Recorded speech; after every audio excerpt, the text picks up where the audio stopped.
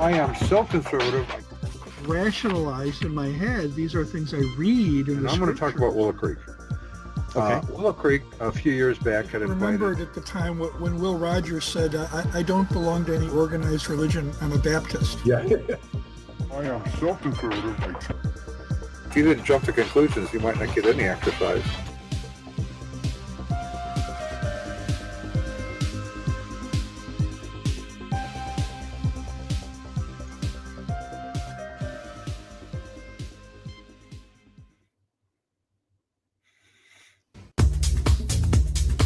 I am so conservative.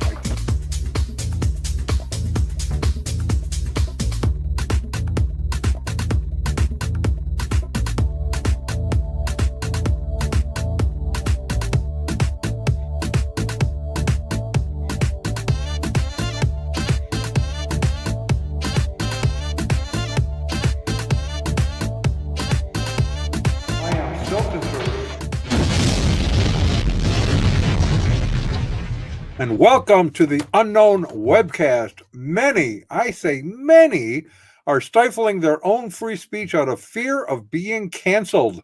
Trigger warnings have become more necessary these days for those who have fear of hearing, reading, or being otherwise exposed to ideas that they find uncomfortable and challenging.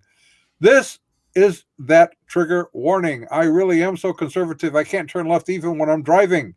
This includes being theologically conservative. I want to know and believe what is true, and I'm willing to challenge my beliefs. So if you're easily offended, this is not a safe space for you. Today is April 20, 2021, and this is broadcast number 235. Man, we have a lot of twos these days. Two twos on Tuesday. Today, Calvin Lindstrom joins us to talk about reclaiming education. My name is Don Vino, and I'm president of Midwest Christian Outreach, Inc. in Wonder Lake, Illinois, which produces the Unknown Webcast. And our senior researcher is Ron Hensel, who will introduce the sponsors of today's webcast. And here is Ronnie Baby. Greetings from sunny Florida, where the palm trees came out, saw their shadows, and now we have 12 more months of summer.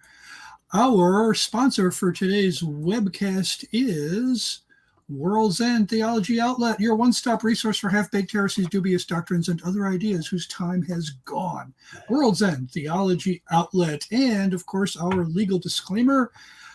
Our guest on today's webcast, insert name here, this is the standard form, that would be Calvin Lindstrom, has no connection whatsoever to any of the satirical content of the Unknown Webcast, hereafter known as the webcast, although we'll probably not mention it again. This satirical content includes any and all commercials, end credits, puns, smart remarks, or anything else that might fall into the definition of satire. In the meantime, Midwest Christian Outreach Inc. bears no liability for or responsibility for anyone's opinion regarding this satirical content. This straight from the office of our law firm at Dewey, Cheatham, and Howe. And we're going to put you on notice right here. The opinions expressed on this webcast are ours and should be yours too.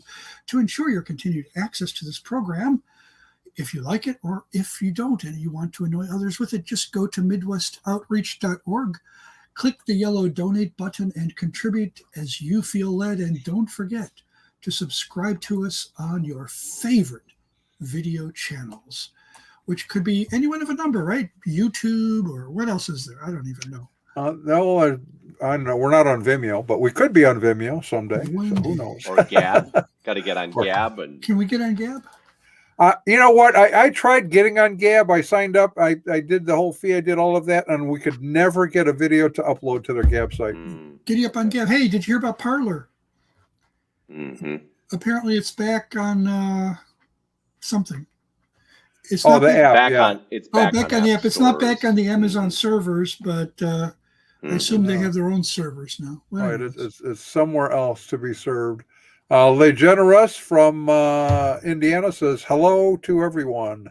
Is that where Le Regnerus? Is it Les Regnerus or is it Le Regnerus? I don't know. You would know because you do French. I only am French. I don't actually speak French, so I don't know anything about that. So, Calvin, welcome. And this is your first time to be abused by us, and we hope you take it in a friendly sort of way. Oh, no. For more, so it can't be that bad. So Cal is one of the plenary speakers and also will be leading a working workshop at our Engage 2021 conference, April 30 through May 1. It is in Illinois, in Palatine, Illinois. And all the information is on our website, midwestoutreach.org. Go to upcoming events. The event is up there. Links to all of the workshops and explanations and bios and everything is there.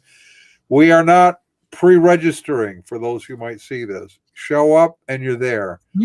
We will be taking free will offerings, but we're doing an unusual thing. We're a faith ministry who's doing this by faith. I know that's odd, but that's what we're doing. So wherever you are, wherever you go, there you are. Wherever I go, there I am. Yes, Groucho Marxism, I think, or Woody Allen. I don't remember which one. Yeah, but so Calvin is speaking there, and his topic is really reclaiming education. So, in light of what's going on today, especially, why do you think this is an important topic that Christians should think about? Well, all they have to do is look outside or turn on the TV or look at what's going on in their public school system. The public school system has a long, complicated history in our nation. You could argue maybe at one time they were truly community, truly public schools. I don't like to use that term. I call them government schools. The public, generally speaking, has little to say. Some of that is just based on ignorance, not knowing how the process or the game works. But increasingly, especially here in Illinois, the system is entirely stacked against the family. It's forced. It's forced in terms of a Marxist agenda, and I believe every Christian parent should try to immediately get their children out of the government schools, especially if you are in Illinois, but I would say wherever you are, because part of the Christian school or the homeschool movement is also, I think, a principle of freedom. And we should exercise freedom as much as we can. It's one thing to have the right. It's another thing to exercise that right. And a freedom not used is easier to be taken away than a freedom that is exercised, in my opinion. Yeah. I as you know, and we've talked about this briefly, we've written and done webcasts on the topic of education, public education in the U.S. particularly, mostly starting with John Dewey. But few, Ron and I talked about this briefly last week.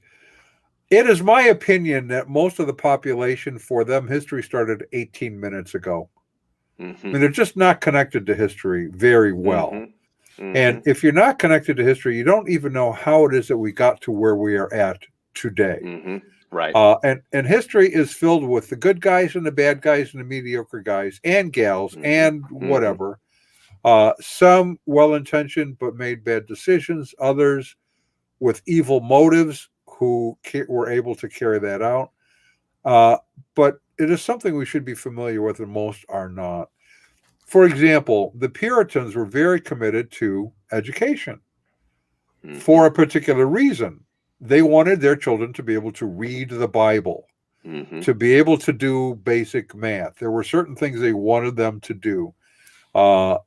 And that went on, that's in the 1600s even. Mm-hmm. So that went on for quite a while. And then there was this idea that we need to have more available public education. Now, you wanted to weigh in on that. Part of it was, in my understanding, that we would have an informed electorate, that people who are going to vote would be able to rationally understand the issues and make decisions as to how to vote. Now, give us a little history on how we got to where we're at today.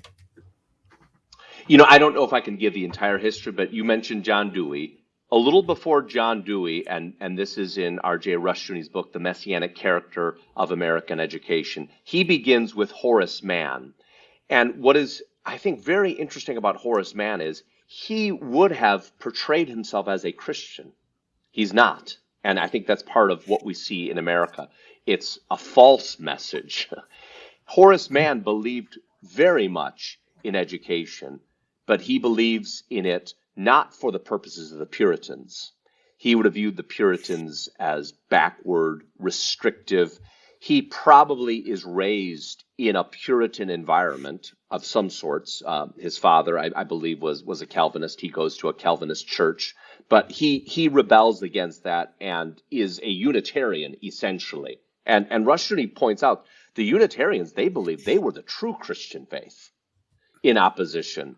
And so he had a hatred of the Puritans, of Calvinism, and so, but very much wanted education. He wanted Bible reading. And here's the interesting thing.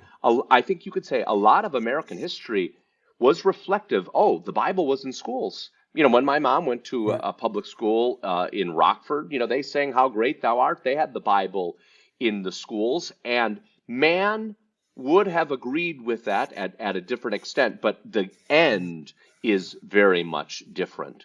For Horace Mann, education is going to bring salvation. And the key is social efficiency, civic virtue, and character. That is going to become the end goal. And Rushdoony points out that much of the drift to socialism in our nation, which we ascribe to a Marxist influence, he connects it back to man's idea of natural rights and natural law, which I think is interesting. So the vision, the messianic vision of state education has a Christian garb on the outside, but it has a very anti-Christ heart and end goal. And there's a comment that is made. Let me see if I can find the comment. Two claims of professional educators that are very familiar. First, we are the agency which can change society and create a true utopia, paradise on earth. And second, let it be worked with efficiency. That is, give us the money and we can do it. Our failure thus far is your fault in that we have received insufficient funds. This goes back 200 years ago, this mentality. Wow. So we have been living with the idea that the state, through education, will bring salvation, I think, for a very long time. That has been part of the foundation. And then, later you get to a more radical person like John Dewey, who's maybe, let's say, 50 years after Horace Mann or so. His work is flourishing. So that is, I think several things. The family has forgotten the calling that God has given. The church has not understood it. The state has taken over. Yeah. Now, there's a few things I'd like to follow up on because you raised some interesting questions. We can bring in utopia through education. That's an interesting concept because what we have again, and I've seen this theme resurfacing over and over again, is this idea. It's a competition between the religion of man versus the word of God. Yes. And this goes all the way back. We find this in the Old Testament, starting really with the garden, right? Yes. And our friend, he's been on our webcast several times, Carl Teichribb, he's got an excellent book called The Game of Gods. And he deals with a lot of this stuff that we see going on today. Mm-hmm. So this is not new, but we don't always recognize it for what it is. Because for the most part, most of our population just go along. Mm-hmm. They don't want to inflict their views on anybody else. They don't want their views forced on them. They want to be a good neighbor. If you believe that, that's fine. Don't burden me with it, and I won't bother you. Just keep your grass cut, kind of thing. Mm-hmm. Mm-hmm. Mm-hmm. The problem is influence. Our blog we're writing on this week really is dealing with the question of gaining our worldviews by osmosis. And again, most people don't think about that. But most of what we believe comes to us through the books we read, the people we hang around with, the education we have, the films we watch, the music we listen to, informs and shapes what we believe about the world around us. And I think a way to sum that up would be to say most of our knowledge is gained socially Yes. and Yeah, right. informally rather than formally. Right. Mm-hmm. But even formal knowledge is gained socially. I mean, you sit in a classroom, you hear an instructor, you have students with you, and sometimes you have open discussions. So, And then as students, you discuss it after class, or yeah. So, okay, so having said that, when you come to Marx, who, unlike man had kind of the veneer of Christianity, at least, which was deceptive in its own way. Mm-hmm. Dewey didn't have that. I mean, he authored the first Humanist Manifesto. That's right. No God, That's right. no creator. Mm-hmm. We're basically on our own. We don't need, our salvation is pretty much on our own. And he was a dedicated Marxist who understood you would not be able to get the United States of America to jump ship from its current form of government to Marxism, but maybe you could do it gradually through education. Mm-hmm. Mm-hmm. Wasn't that his idea? I think, and that's where Marx, Dewey, and Mann all overlap. The state is going to be the source of education and control that. And when you have that, then you have lost an essential principle of freedom. Now, the U.S. has, I reflect often on where we are as a nation and just how thankful we should be for some of the imperfect men and women who are still part of the founding of this nation. The idea of the First Amendment, the Second Amendment, boy, we would be in a much worse state had we not even had some of these fundamental principles. So the battle to change America has taken a long time. There has been a Christian influence in our nation, right? But what we see now is the unions. They have gotten the control, the money, and parents have willingly given up their kids. Then, as I say, churches have not instructed properly on the matter.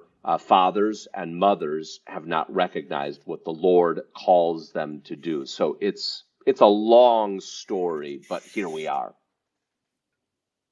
Okay. Yeah, the churches have not. We kind of keep coming back to that. And I want to be careful because as a mission to cults and non-Christian religions, when I talk about the state of the church, I have to acknowledge that there are some really solid, caring, biblically literate, and Bible teaching pastors across the denominations. But it seems to me that it's a small percentage of the larger church. Would that be an accurate reflection from your understanding? I would think so, based on some of the surveys and polls of what, quote, even evangelicals now believe or do not believe. Right. Like you were saying, a lot of our religion or a lot of our education is social. A lot of our religion has also now become social. It has, yeah. There's this kind of concept of the primary task of the church is evangelization. Therefore, what we have to do is figure out ways to get unchurched people into the church in order to sneak up on them with the gospel. Now, giving how can I put this? Saying I understand the thought there and I appreciate the desire to reach the lost. It seems to me, and you and I discussed this a day or two ago, that they've missed the essential component of the church. The church's job is to train, equip, commission believers, prepare them to shepherd their families and that sort of thing, in order to do ambassadorial work, which is going out into the world of the unbelievers to share the gospel. The task isn't to bring them in. Right. Now, I would say even more, and many evangelical churches, the primary ministry of the church is social justice. It has become that. Yes. Right. And doing good deeds is now the primary purpose of the church. Okay, so define for those who are tuning in what you mean by social justice, and is that wrong? Well, for some, it is a very nebulous term, but as Vodi Bakum and others have pointed out, no, it's a very well-defined term, and it is an anti-Christian term. But for churches that have taken that as their mantle, oh boy, are they self-deceived? Do they want to? I don't know if I can entirely answer that, but I can say doing social justice is not the mission of the church. Right. It's So entirely so it may not be opposite, self-deceived, but they as it nonetheless is. are deceived. Yes, as it is truly understood, because it would bring about a Marxist revolution, in that social justice is defined in terms of equity rather than equal standing before the law, equitable outcomes, even as Vice President or President Harris, depending on your preference, has stated, we need equity. Everyone has to have the same outcome. That's the goal. And anything short of that is not social justice. So there are churches that have allied themselves, unfortunately, now to that bandwagon. I just watched a fantastic video by Bauckham, and he expresses some churches think they can get on this train, but they don't realize the other boxcars that are part of this train. Right. And they are of the false opinion, well, we'll be in this boxcar. It looks good here. We're doing good. We're feeding the poor. We're building housing, supporting affordable housing, et cetera, but look at the other cars that are being pulled by this train. I thought that was a good analogy that he used. Yeah. So the three of us would say, yes, we should have biblical justice, but that's not social Correct. justice. That is not. Right. That social justice is a mimicry and an inversion in many ways of biblical justice. Yes, a mimicry of. I like that, a mimicry. It is, and that's something that Satan seems to do pretty well, is he mimics stuff that God has decreed, without a doubt, and deceives people in the process. Yes. Mm-hmm. Yeah, indeed. So, how does homeschooling? How do we do this? How does homeschooling come into? Let me back up a second. When I grew up, of course, I never actually grew up. When I was younger, when I was younger and in school, the emphasis really was reading, writing, and arithmetic. It wasn't social change, at least is not as pronounced as it is today. Mm-hmm. And even when my kids were younger and going to school, we opted to keep them in public school for a couple of reasons. Their teachers predominantly were actually Christians. And it gave me the opportunity to interact with what they would be learning in a secular setting to prepare them for living in a secular world. So when they would come home with evolution, for example, we could interact with that factually as well as biblically. We taught apologetics. Joy and I, my wife and I, we talked to everything. We talked to the TV, we talked to radio, we talked to whatever the medium was. It was conveying an idea, and we would challenge it with them involved. Homeschool at that time was not, I don't think, as socially interactive, perhaps. At least I was concerned about that. I don't think I would do that today. I think I would agree with you. We really got to get the kids, especially in Illinois, get the kids out of public school, because you have critical race theory now mandated as part of the curriculum. Yes, the teachers have to be activists according to the new standards that have been approved. So this is where the challenge is. For a long time, we've just assumed the government school system is the way it should work, and we have to get rid of that paradigm. And this is partly what the conference and the workshop will discuss. How can it be done? It's not going to be done overnight, but already homeschooling in 2020 perhaps doubled. Right. There is more of a movement. Some of that was COVID. Some of that was parents recognizing what their children were learning in schools. We've had grandparents visit our school and say, for the first time, I learned when their children were in the public schools. I was, responsible for their education at some level, and I was learning for the first time what they were being taught, and they were upset about that, and look for an alternative after that. So, but biblically, parents are given the responsibility of training their children. I would argue children belong to the parents, and the parents are given that calling. They can work with others, they can delegate, but it's not the church, nor is it the state. It is to, I believe, the father and mother. That becomes the foundation. Churches can assist, churches can start their own schools, but those schools then are a partnership with the parents, or should be viewed that way. Homeschooling then gives parents even more influence and control over curricula and instruction and scheduling, all of that. So I think as long as it's Christian, as long as it's done to honor the Lord Jesus Christ, that it can be a good way of training. And it will vary for the person, the family, even the individual. But it should be Christ-centered and preparing children to understand what their calling is in the world is how I see it. Yeah. Les Regeneras says homeschooling was great, especially field trips. We went hunting. Hey, that's fantastic. Well, in kind of the homeschooling Christian school environment, almost everything you do becomes an object lesson, a way to teach. Sure. Right? It is. No, there is. And, I was a teacher for 9 years, and there's an element where teachers like to take credit. Oh, look at how smart my students are. Well, if I had a smart student, generally it wasn't because of what I did. They came in, the Lord had gifted the student. My job was to help them understand, direct them. I couldn't take credit. It's the Lord who blesses our children, and the Lord gives some greater strengths in this, others greater strengths in that. One of the blessings of homeschooling is it allows the parents to focus on where the child is naturally strong and help them where the child has a weakness.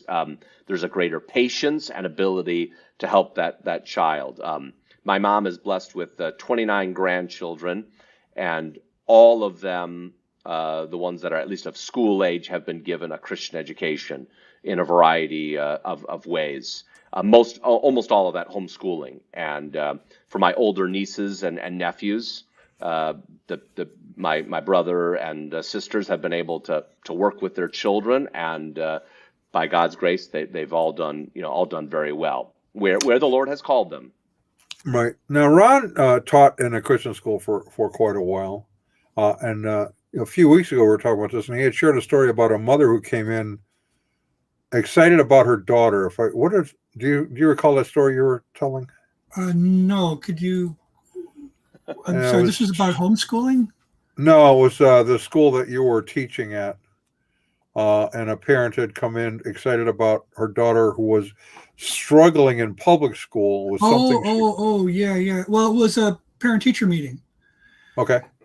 And she had moved her daughter from the local public middle school to ours. I don't remember which grade. It might have been 7th. And she comes in and and after, I don't know, if we took turns, we did this group parent-teacher meeting where we would have all of the teachers would sit at a long table, and one by one we would speak with her. And her daughter was, very well behaved, very conscientious, struggling a little bit with the homework, but I could tell she was really trying. And her mother I could see tears welling up in her eyes, and she said, "Thank you for teaching my daughter vocabulary."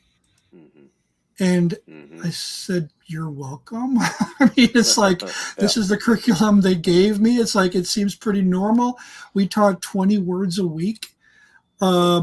She wasn't getting anything at the local public school in by way of vocabulary. And so she was saying, yeah, my daughter's struggling just because she's not used to it. She'll be able to handle it once she gets up to speed.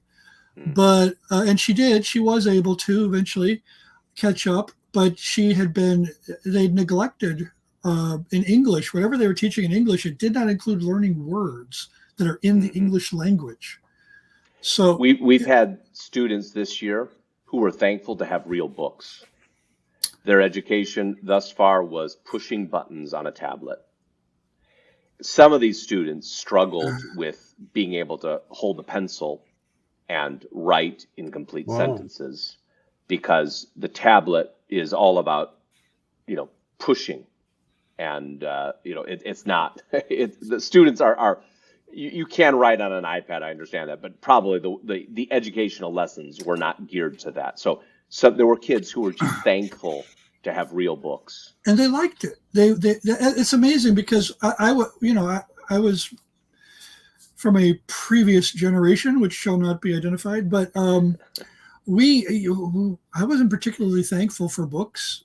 To hear that kids today makes me feel ungrateful as a child for what I had. Right. And I should have been grateful. Well, now, one of the issues that we have, and this is in school, in church, in culture in general, but I want to speak really to the church, and that is that very often you want to kind of just get away from truth. You want to have a religion or a faith that can be successful, where you can grow a church without really offending anybody. And we have a product that actually addresses that issue. Yeah, from our sponsors at World's End Theology Outlet, they have some questions. Are you still trying to figure out how to clean up in the ministry business? Do you want to finally learn how to get to the bottom of growing a successful church? Would you like to flush away your failures and start having your best church now? Well, then you need Charlatan Ultra Soft, because nothing says theologically soft like Joel Osteen's Charlatan Ultra Soft. And unlike some of the other tissues out there, there's never any shortage of Charlatan Ultra Soft. It's personally tested by the man himself. It provides comfort where it counts and wipes away even the most stubborn orthodoxy. And it comes with a money-back guarantee. Keep those butts in the pews with Charlatan Ultra Soft, available only at World's End Theology Outlet, your one-stop resource for half-baked heresies, dubious doctrines, and other ideas whose time has gone. So, how did you line up that sponsor? That's impressive. Yeah. Well, I don't know what we do without them, what we're talking about, we're learning words, appreciating books. I used to know that I didn't really appreciate my education when kids in third world countries, got books and, were so happy to get them because this was their ticket to get out of poverty and whatnot. And now I'm seeing American children getting books, and I'm thinking, if they don't get them, what's their future like? I mean, I think it's been, 20 years since the public schools have taught cursive in most districts? Well, and in some, they are not even teaching things just like you were talking about vocabulary, punctuation. I can tell you when I was younger and was watching my youngest brother go to school, high school actually, it was high school, and he brought home a paper he had written, which was a page and a half long. No punctuation anywhere, no capitalization. It was just like this really long sentence. And I said, when I was there just a few years earlier, even math class, every class, when you did anything, you had to do punctuation, capitalization, proper grammar, et cetera, et cetera. What's going on here? This is an English class. He said, well, they don't really care about punctuation. It's just the idea that's important. Yeah, I did not teach English my first few years. I taught social studies and Bible and history and stuff like that. When kids turned in papers where they wrote the word "cuz," well, first of all, you could not, rule number one, first day, as soon as I started collecting papers, no green ink, no purple ink. It's got to be either black or blue. That's it, The other thing is you couldn't use the word cuz, C-U-Z, for because. You couldn't write in all caps. You had to do upper and lower case. I was getting papers like that, and I taught social studies. And I said, nope, nope, you can't do this. Well, I was taught in the education courses I took to prepare me that we were to teach the STEM, well, especially English, across the curriculum. So therefore, a social studies teacher was supposed to double as an English teacher. We weren't supposed to let them get away with that kind of stuff. Now, I don't know, that was 15 years ago. Has it changed in the public schools? Or have they thrown in the towel on that too? Well, yeah, I can't answer that. I don't have direct access to it. I suppose it varies on the school district. Some would accept that. Some are very much, it's all about feeling and what you think is right. That is the cheap end. I feel proper grammar and spelling is right. So I'm going to go with my feelings on this one. Yeah. Well, you're a narrow-minded bigot, Ron. I'm just a very feeling person, very narrow feeling. So there is, yeah. So Cal, when we're talking about the parents are commissioned really to the education of the children, we see that in the Old Testament. Yes, and that's right? where that vision is rooted. I believe it continues in the New Testament. When you look at the commands that Paul gives to parents, or Scripture gives them through Paul, I want to speak a little bit about this at the conference. I think they're homeschooling those families. If you just look at the educational options, unless they were wealthier, they might have employed a slave to be an instructor. Otherwise, I think those children somehow are getting a form of homeschooling. And the commands then, in terms of honor and respect, though they are broader than just education, I think they're given in the context of a homeschooling family. It is my own understanding of that background. So the fear of the Lord that is dominant in Proverbs and Deuteronomy, I think, translates into the glory and the supremacy of the Lord Jesus Christ, for example, in the context of Colossians. So that's what I'll try to unpack at the conference. Yeah, another thing that we see in the first century, for example, is picking up on this idea of homeschooling, is they memorized the Old Testament. They didn't have chapters and verses and things like that. And while they were doing that growing up, they also learned, if you were male, a trade. You worked with your father or somebody else to learn a trade. Right. The goal was to become a rabbi, and if you didn't make that, then you had a trade to fall back on. And so pretty much everything you did in life was an educational experience. It wasn't limited to just classroom work. Have we kind of lost that by going to public schooling, where we have this separation between what we call education and then the rest of life? Oh, 100% so. We've lost, the chief thing is we've lost the Christ-centered aspect of it, I believe.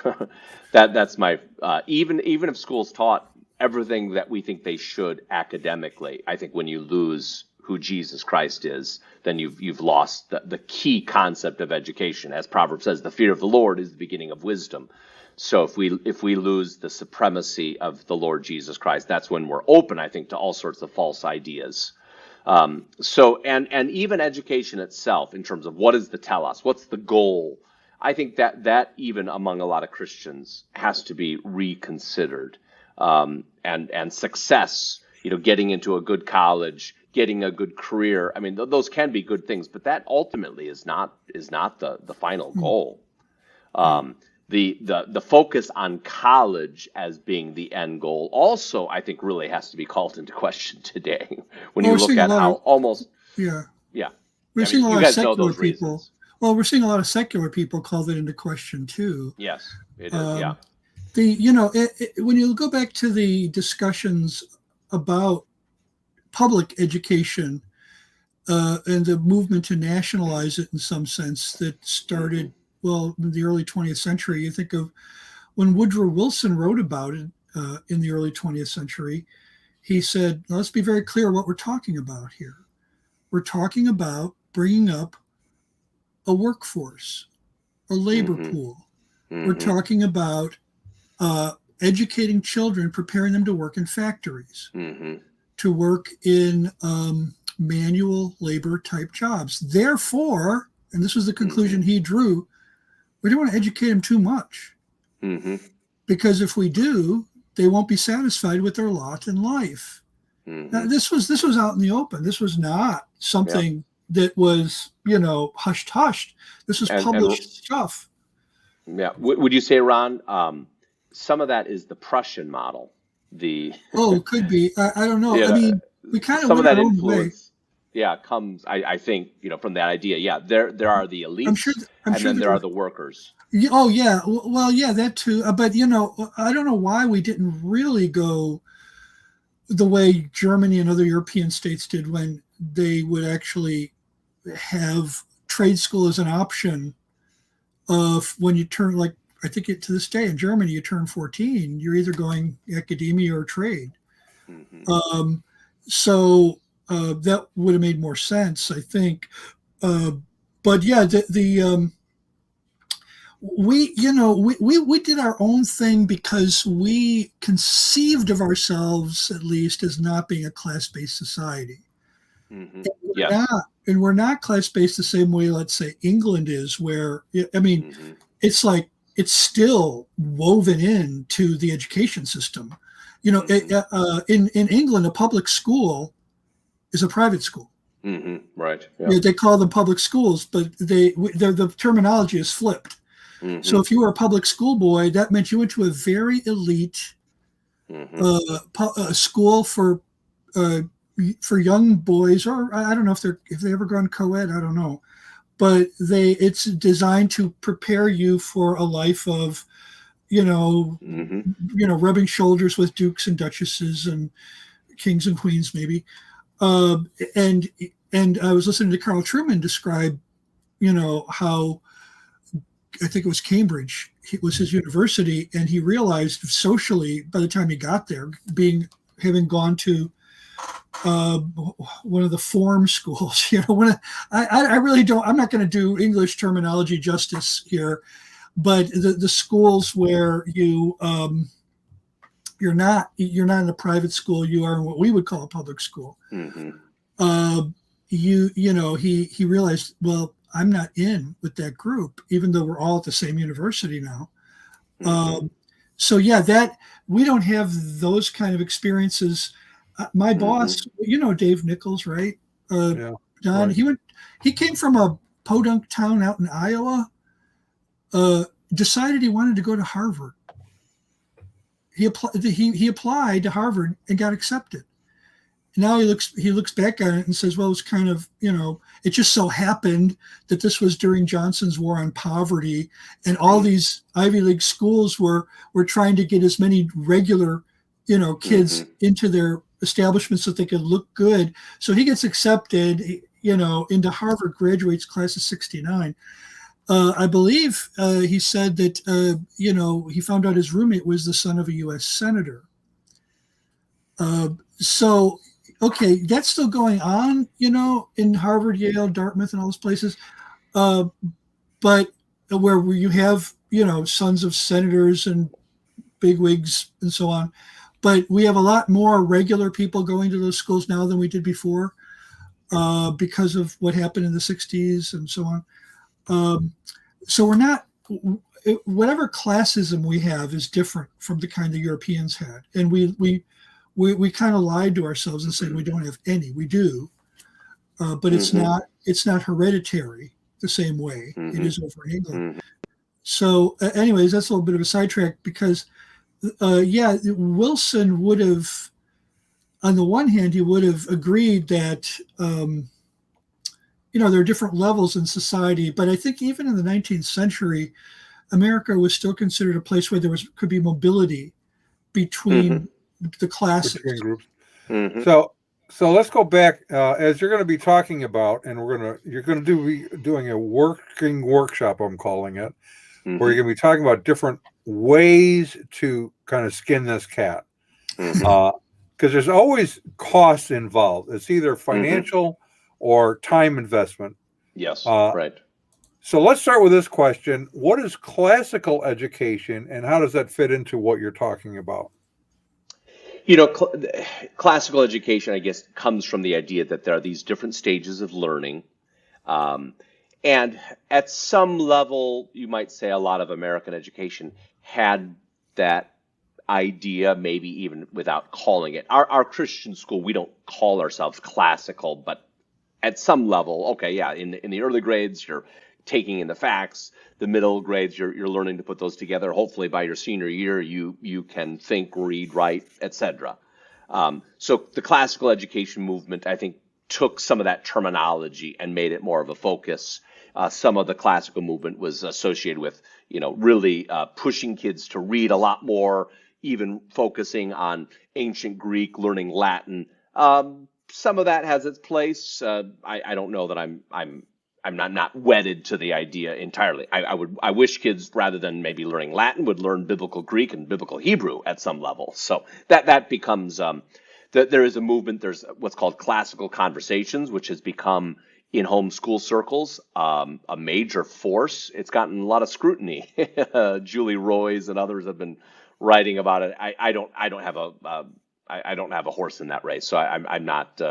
I don't want to speak ill. I know people who have been involved in that. Anyway, it has homeschooling is so wide in terms of your options.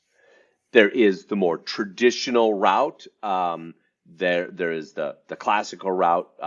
There are all sorts of curricula available. Some of them, I'm sure, for free. The resources that are available to parents, it's so huge. My dad started in homeschooling back in the 60s, and it was concerned with parents who wanted a Christian education for their children, but they were too far from our school. My dad's like, oh, well, we'll just put, here, we'll put some books together. You can do it. It was as simple and as profound as, yeah, if you have the materials and a parent who is willing to teach and instruct, you can do it. And my dad, I think, was getting other requests from families who were upset about maybe their local school. Hey, what can you do? So my dad was just kind of the entrepreneur, kind of believed people could do it. Okay, yeah, here, take these books and materials, work on it. And out of that developed a more formal system. So our current system is a more formal system in that there are grades, there are courses. You're going to study history, science, spelling, handwriting, cursive even. It's very traditional in that sense. And, it has a proven track record. It doesn't all have to be done that way. There are different models, but it's a system, and it's a successful system if the parents are engaged and the children will submit to their parents and do the work. It does work. But yeah, now the market is so massive. I think that's one of the problems is parents are faced with so many choices that it can be overwhelming where to start. Our program has helped hundreds of thousands of families over the years. And for a lot of them, they are with us short term because they get that start. They figure out, oh, I can do this on my own. Back in the 1980s, for some parents, there was a need to have a connection to a school because government bureaucrats were saying, why aren't you in school? What are you doing? And they could say, oh, no, we're connected with the school. So that partly our program grew because my dad would represent families in court if necessary.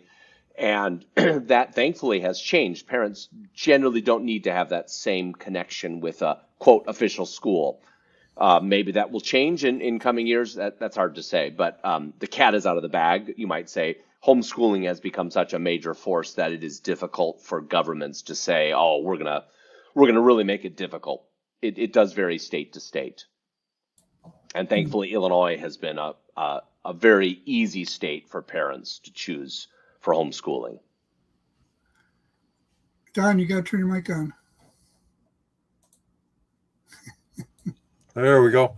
There we go. It remains to be seen how long that will last because they also are really pushing these social changes, critical race theory, making sure that young lads can share the showers with the young ladies. Mm-hmm. Those kinds of social engineering things Mm-hmm. are. If you're home, if you don't want your child involved in that, you're going to really have to go to some kind of alternative educational vehicle. Now we're going to have on in a few weeks Vishal Mangalwadi, and he's got a whole group that are proposing kindergarten to college, church college, they're calling it, Mm-hmm. uh, Mm-hmm. where all education is directly tied to parents in the church. Mm-hmm. Uh, how does that work in your opinion overall? You know, it was my dad's vision. We for we have partnered with in Florida, Lakeland, Florida. Ron, if you know where Lakeland is, Ken Talbot, Dr. Ken Talbot. He has Whitfield Theological Seminary, and there is a Whitfield College. It was a ministry of our church more directly over the years, but it began kind of out of that vision my dad had from kindergarten through college, and so it can be done. Where it stands now is we support it. We still do some of the backing. When a parent or when a child graduates from high school, they do face choices. Are they going to go more into the trades? Is that where they believe the Lord is calling them? Are they going to go become an engineer, a doctor? Some fields are going to be more difficult for a church to duplicate in terms of that college-based experience. It would be difficult for a church to prepare someone that's going to be a chemical engineer, I would say. But in other areas that are more geared to education and other things, I see no reason why a group of committed believers could not prepare a child for some of those areas of service and study. Just I remember kind when of the nature of learning and the experience that is granted. I remember in the early '80s when late '70s, early '80s when homeschooling was very controversial. It became an issue in politics. A few things happened. First of all, ironically, I just almost hysterically, one of the concerns was how can they possibly provide a quality education to children when we have these trained professionals? And I think over the years we've discovered just how quality that professional education, let's say, wasn't in so many cases. I mean, I was trained in a secular environment. Uh, I respect, you know, I respect the average public school teacher who is really working hard to make sure that they have proper teaching methods, that they are getting, you know, that they are truly educating the students. I just think that what we learned in the '80s was reports like A Nation at Risk came out, giving a kind of a fuller picture of what was going on, and then we also had the weakness of the argument against homeschooling was exposed when Sandra Day O'Connor was being grilled by the Senate before becoming a Supreme Court justice, and they brought up the fact that they asked her how would she rule on homeschooling? Isn't it going to be a terrible thing? How can we let the American people inflict this on their children? And her answer, she began her response by saying, "Well, Senator, I was homeschooled," and that kind of changed the whole tone of the conversation. She was raised in Arizona in a remote area where there just wasn't a school to send her to. So, but at the same time, Don and I have seen some abuses in homeschool, in the area of school curriculum, Right. curricula, whatever. We've seen, we were in a meeting in Wisconsin in the mid '90s where we had some parents who were very, very capable. I mean, these were very well educated people homeschooling their kids. And they were asking us about some particular curriculum. Should we name that curriculum, Don? ATI. Yeah, okay. Advanced Training Institute. And frankly, yeah, it left a lot to be desired. And they were concerned about the biblical and theological aspects of it. But when we looked at it, we said, well, what about just the educational value too? Right. Like math, for example. Some serious problems here. Yeah. So how is this still a concern? Has a lot of this been weeded out, or are there still people out there selling very substandard curriculas that I shouldn't say curriculas. It should be curriculum. Material. Let's just go with Curriculum. material. Well, yeah, substandard stuff that homeschoolers should be aware of. I'm sure because the market is, you can find whatever you want. There was a push in some circles to what was called unschooling. Just let your child do what they want to do. And I think that is not, unschooling was the idea. What was that? What's that education system that's kind of serendipitous that you can send your Montessori? Yeah, yeah, kind of a Montessori approach to homeschooling. Okay. Perhaps, yes. And I don't think that's a Christian approach. The Christian approach is no, there is something to be taught. It's not just self-exploration. Yeah. So in our curriculum, no, I think children do need to learn things. There are facts. There's an understanding. It cannot be just entirely directed. And although character is fundamental to learning, the ATI approach, in my opinion, I don't think that's the ideal, because I think there are facts. We do want our children to be educated. We have seen it in our because our program is more traditional. You could call it more old-fashioned, where people didn't like the amount of work. They were okay that their child was close on a math problem, rather than could get the exact answer. Ooh. So that's how we launched a whole NASA Mars probe by being close. Yes, right. No, we have seen people who I think have bought into a wrong idea of some of the fundamentals of education. So is that still available? I'm sure it is. Do most parents who homeschool want that? I don't honestly, I don't know what the percentage is.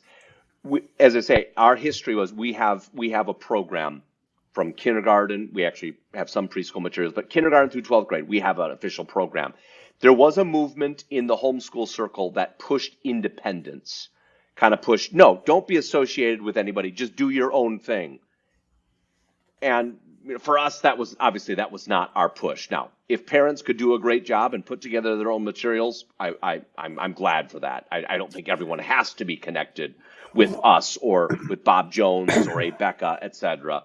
But I do think it's good to have a standard, to have a goal, a progression that will assist the child to learn the facts and to learn the character through the influence of their parents.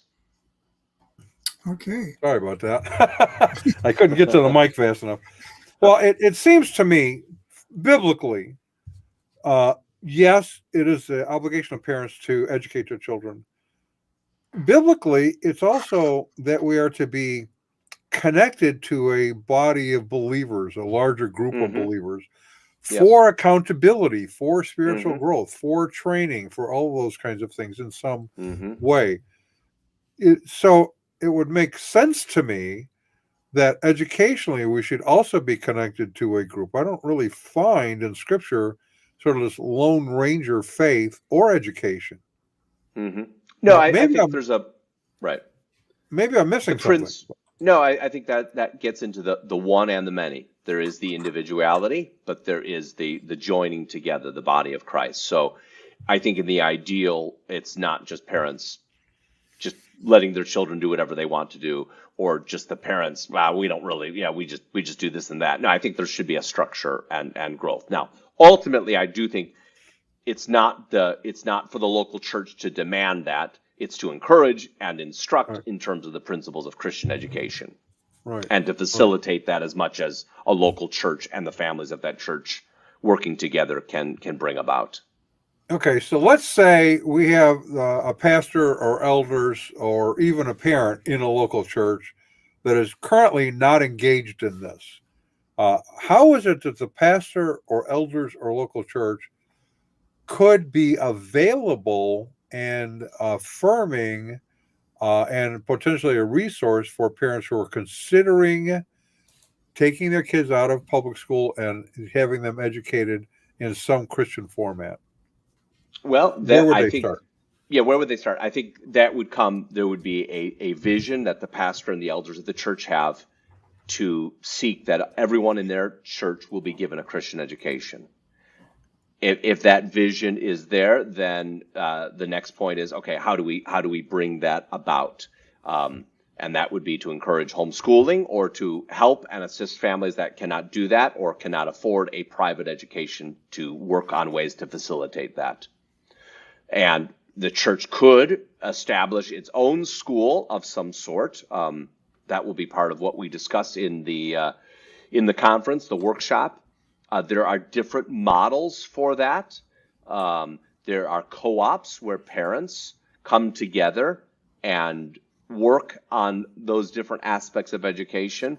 The church, maybe part of the church's role is providing a space and using their facility to encourage the families to come together to work those things. So it has to begin with a commitment and a vision, and then how that gets facilitated will vary. Some of it could be financial, some of it could be the practical, the logistics of such an endeavor.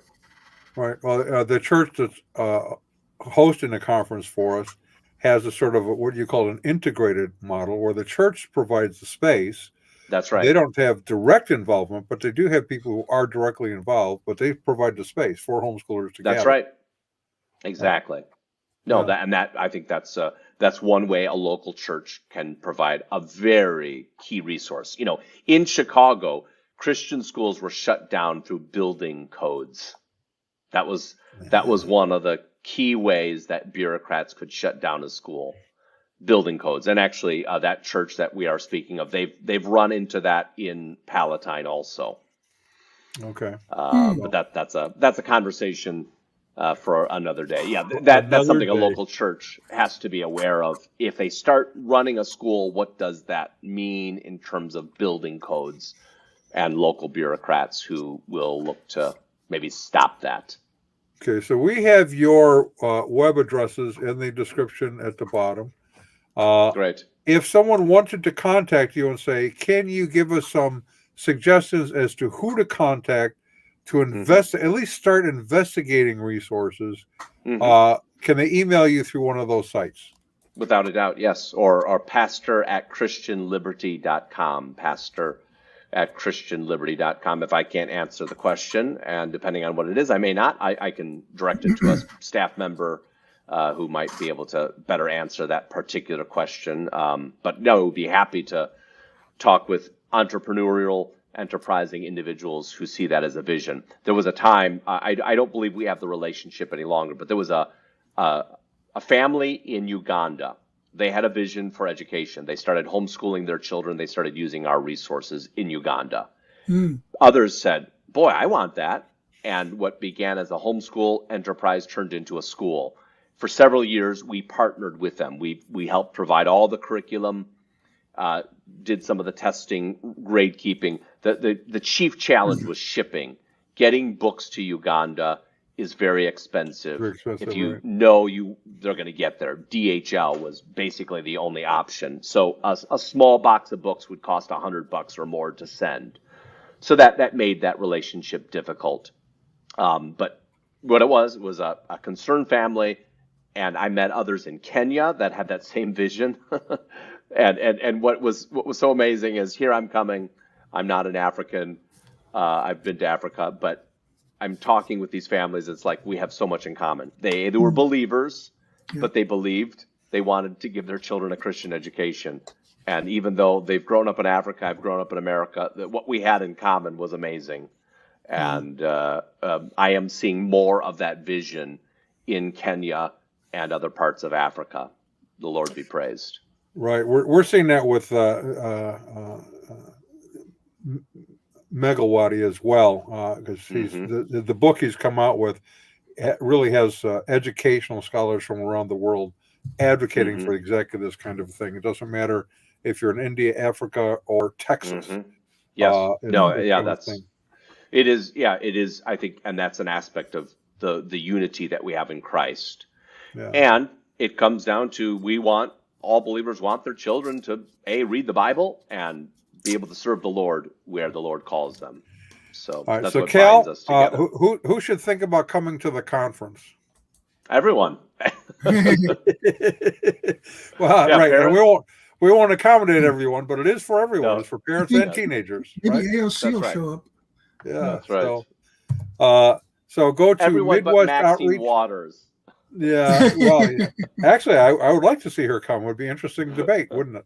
Yeah. It could be. It could be midwestoutreach.org and look at upcoming events. And there's a whole list of the conference, who's going to be there, what we're going to be talking about. All of the workshops are listed there. We will be doing a free will offering, so you can't really pre-register. You have to show up, and depending on how many arrive, there may or may not be enough room for everybody. So, I know that's a risk, but I don't know how to overcome that one. So, Who knows? with that, we're going to ask Ron to walk us out of here for this week. Or we could do a slow trot, whichever one A you slow prefer. trot. Our resident cult leader profiler is Neil before me. Our wardrobe manager is See How It Fits You. Our culinary services are provided by Chef Hammond Cheese. Our tinfoil hat provisioner is Just In Case. Jehovah's Witnesses coverage comes from Armageddon and D Opposer. Our Mormon Archives manager is Polly Gummas. Our Liberal Denominations Bureau Chief is Lucy Goosey. Our transgender issues coverage comes from Ben Hur. Our special correspondent for cults based on the Hindenburg disaster and flying turkeys, Ode to Humanity. Our fact-checking supervisor is Yoleg Pulling. Technical assistance comes through Murky Research. Our legal advisors are at the law firm of Dewey, Cheatham, and Howe. Our grievance resolution director is Giovanna Pisami. Director of Privacy Assurance is Wiretapping. And original idea sourcing comes from Drew A. Blank. The Unknown Webcast is a production of Midwest Christian Outreach Inc. in cooperation with Emergency Manicure Productions, both of whom are solely responsible for this content, although you will never prove that in a court of law. Never, So- ever. And So- Joy really likes the use of Emergency Manicure Productions. It's a really, Yes, you never become a know. workhorse. You never know. All right, so everybody, we will see you all later. Consider coming to the conference April 30 and May 1 in Palatine, Illinois. Get your information on our website. Check out Pastor Cal's information in the description panel. If you're interested in homeschooling, Christian education, that is a resource I would recommend. So Amen. everyone say goodbye all. Bye all. Bye-bye.